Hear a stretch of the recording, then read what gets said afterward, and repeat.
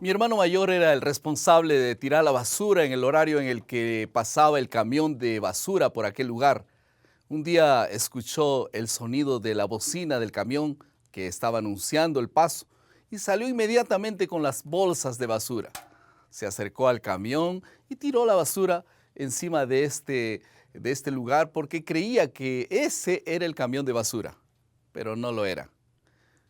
El dueño de este camión se dio cuenta de que alguien estaba tirando la basura sobre el vehículo y entonces, muy enojado, le dijo a mi hermano: por favor, retira todo de nuevo. La pregunta ¿es correcto tirar la basura? Claro que sí.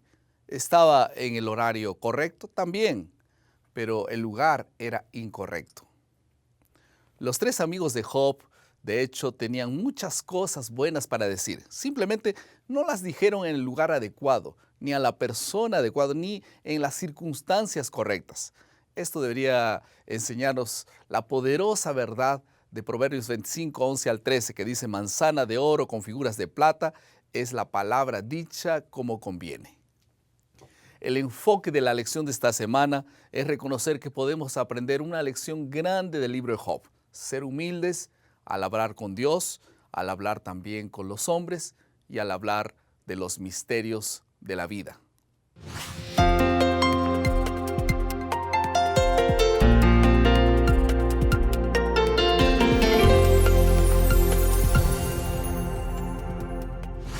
Bienvenidos amigos, hermanos, líderes al repaso de la lección de la escuela sabática. Estamos en la lección número 10 y el título de la lección es La ira de Eliú. Hablaremos de tres temas: humildad cuando profesamos hablar de Dios y de su verdad, humildad cuando calificamos las palabras de los hombres que sufren y humildad cuando pretendemos explicar el misterio del pecado y del sufrimiento. Entonces, vamos a comenzar con la primera parte: humildad cuando profesamos hablar de Dios y de su verdad.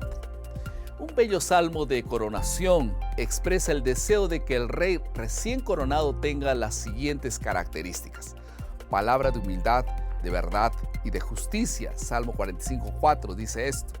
La búsqueda de la verdad necesita asociarse a la humildad. Solamente quien es humilde encontrará la verdad, pues de esta manera está preparado para ser corregido. Eliú demostró una actitud opuesta, marcada por la arrogancia y también por el orgullo, y fue exactamente eso que le impidió, junto con los otros tres amigos, encontrar la verdad. Dios resiste a los soberbios y da gracia a los humildes, dice el libro de Santiago 4:6. Todo bien, pastor. ¿Qué elementos hacen que nosotros, seres finitos, podamos hablar correctamente de Dios? Si conociéramos mejor las cosas, si la ciencia pudiese revelarnos los misterios de Dios, tendríamos entonces un concepto más apropiado y justo, lógicamente, de Dios. Sin embargo, la interpretación de su palabra y el testimonio de ella nos dan un conocimiento suficiente para reconocer a Dios y entrar en una relación salvadora con Él. El libro de Job nos da un ejemplo perfecto para reconocer las respuestas correctas a partir del conocimiento del fin. Conocer el fin desde el principio hace que tengamos más respeto y propiedad también al hablar de Dios y también acerca de los demás y de la actuación del Señor en esta tierra. El siguiente asunto tiene que ver con la humildad cuando calificamos las palabras de los hombres que sufren. Y la cuestión más difícil en muchos aspectos es: ¿por qué existe el mal?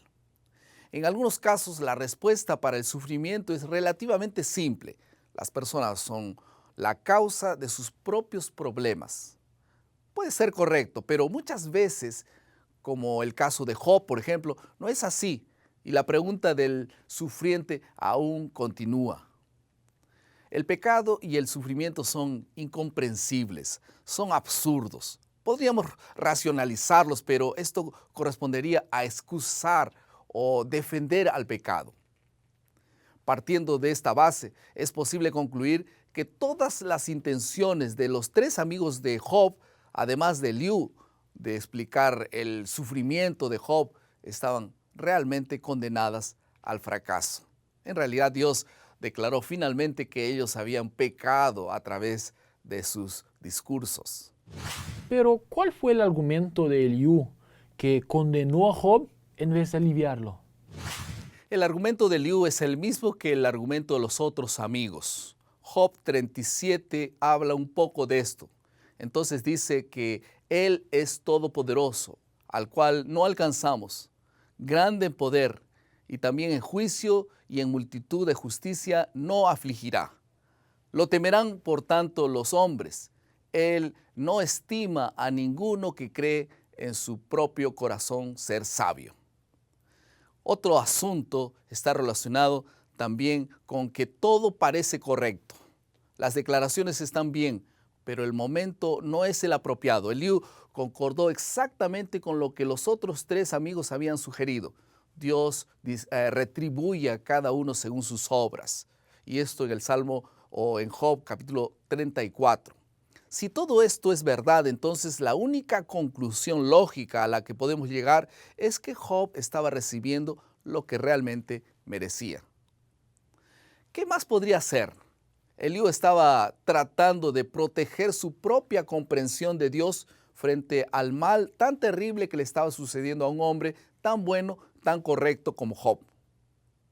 Al final del discurso de Eliú, solo podemos hacer la siguiente evaluación. Muchas palabras, pero nada sustancial que pudiese presentar respuestas. Una gran decepción. El tercer asunto es relacionado con la humildad cuando pretendemos explicar el misterio del pecado y también del sufrimiento.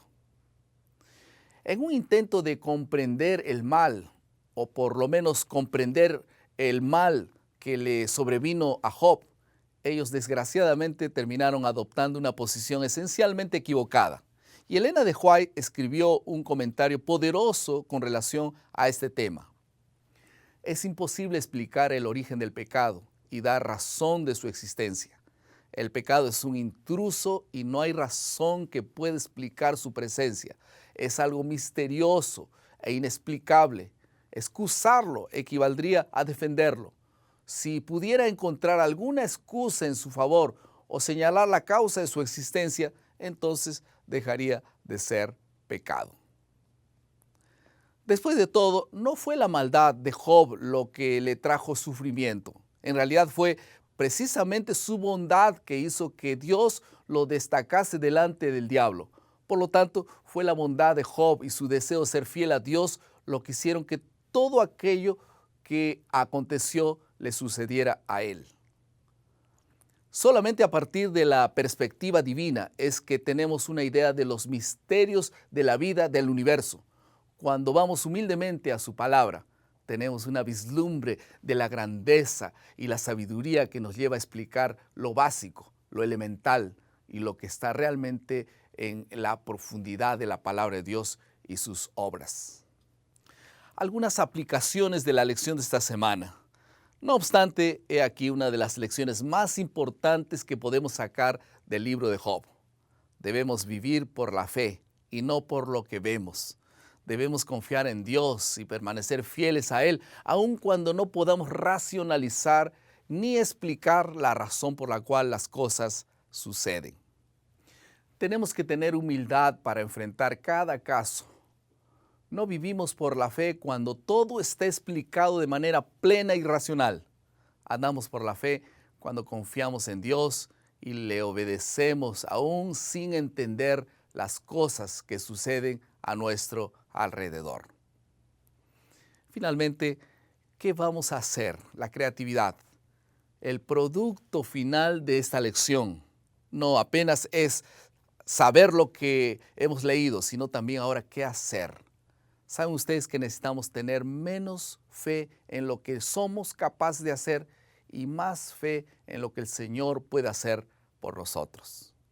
Se necesita más amor, más franqueza, menos sospecha, menos malos pensamientos. Necesitamos estar menos dispuestos a culpar y acusar a Dios y a los demás. Quiero que elija a una persona para pedirle a Dios que derrame sus bendiciones sobre ella. Alguien a quien tal vez podamos animar y por quien podamos orar y por quien podamos trabajar. Usted fue llamado por Dios para ser una bendición, principalmente para los que sufren y para los que están siendo víctimas del ataque del diablo. Hemos llegado al final de nuestro bosquejo. Esperamos que haya sido de utilidad para cada uno de ustedes. Y como siempre, nos despedimos mencionando nuestra frase lema: maná, cada día, cada uno, cada mañana, es alimento para la vida. Que Dios te bendiga.